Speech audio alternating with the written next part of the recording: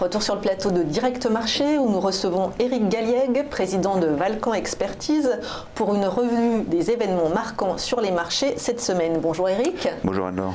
Alors, que donnent les performances hebdo sur les marchés ? Eh bien, c'est la baisse qui l'emporte cette semaine, notamment en fin de semaine, une baisse assez prononcée sur les actions européennes, puisque le CAC 40 perd plus de 2%, alors que les indices américains résistent bien. Ils n'ont perdu que des fractions, quasiment.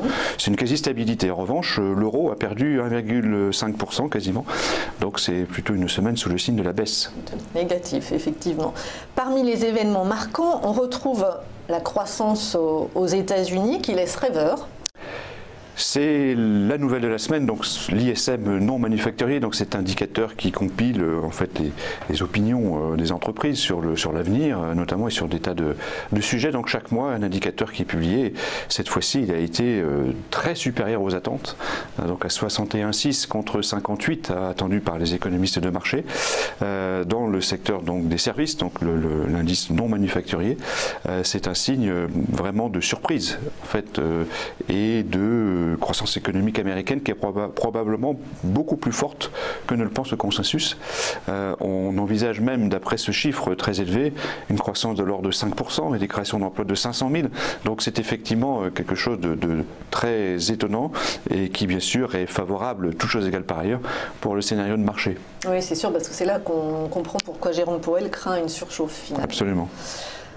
Parmi les événements, la 5G en Italie, ruineuse pour les opérateurs. Alors c'est effectivement un élément négatif qui nous remémore des vieux souvenirs qui datent juste d'une vingtaine d'années, avec effectivement l'UMTS à l'époque qui avait coûté très très cher, 50 milliards en Allemagne, 35 milliards en Grande-Bretagne, enfin, qui avait rapporté aux États mais coûté aux entreprises, et avec d'ailleurs des gros problèmes dans le secteur des opérateurs de télécom. Donc l'annonce cette semaine d'adjudication à hauteur de 6,5 milliards d'euros en Italie nous rappelle ces mauvais souvenirs et pourrait coûter cher à Telecom Italia et même à Iliad, donc qui a remporté donc ses enchères sur la 5G à des niveaux donc considérés comme excessifs.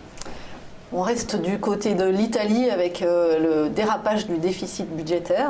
Alors ce dérapage est contrôlé puisqu'effectivement le gouvernement italien a annoncé qu'il allait baisser ce déficit, donc, qui est de 2,4% pour 2019, donc trop élevé pour les marchés, mais qui devrait baisser à partir de 2020. Alors c'est quelque chose qu'on peut espérer bien sûr, oui, que le marché a salué d'une certaine façon, avec un petit rebond des marchés actions et une petite baisse des spreads de taux, donc c'est plutôt positif, c'est-à-dire que le marché peut-être va, je dirais, digérer ce qui se passe en Italie.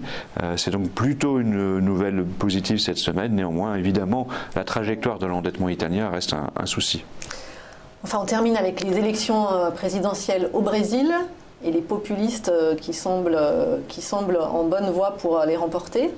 La crise des émergents continue, on en parle relativement peu parce qu'on est un peu obnubilé par ce qui se passe aux États-Unis, mais effectivement la hausse du dollar qui pourrait se renforcer à l'occasion donc de ces bonnes nouvelles sur la conjoncture américaine pourrait affecter donc tous les pays émergents et le Brésil, hein, où on a effectivement les élections du premier tour de présidentielle ce week-end, où donc on va dire le Trump local ou le candidat de l'extrême droite pourrait l'emporter face au parti de M. Lula, donc qui n'a pas pu se présenter puisqu'il est en prison. Donc effectivement, à nouveau, les populismes pourraient l'emporter avec des décisions concernant le Brésil de report des réformes des retraites et de report des privatisations, ce qui ne serait très mal apprécié par les marchés.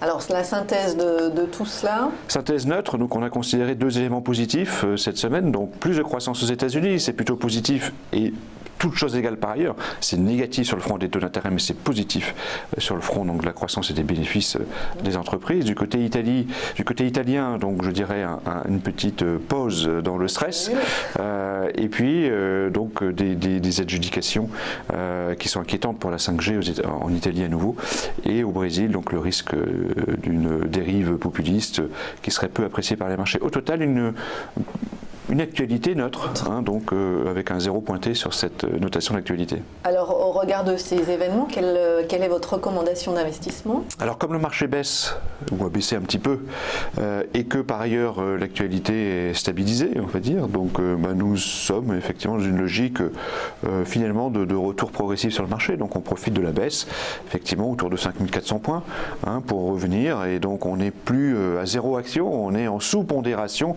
action, donc on est toujours dans une logique de sous-pondération. On ne propose pas d'acheter massivement des actions, mais simplement par comparaison on est un peu plus constructif par rapport à la semaine dernière. Merci beaucoup Éric Galliègue, président de Valcamp Expertise.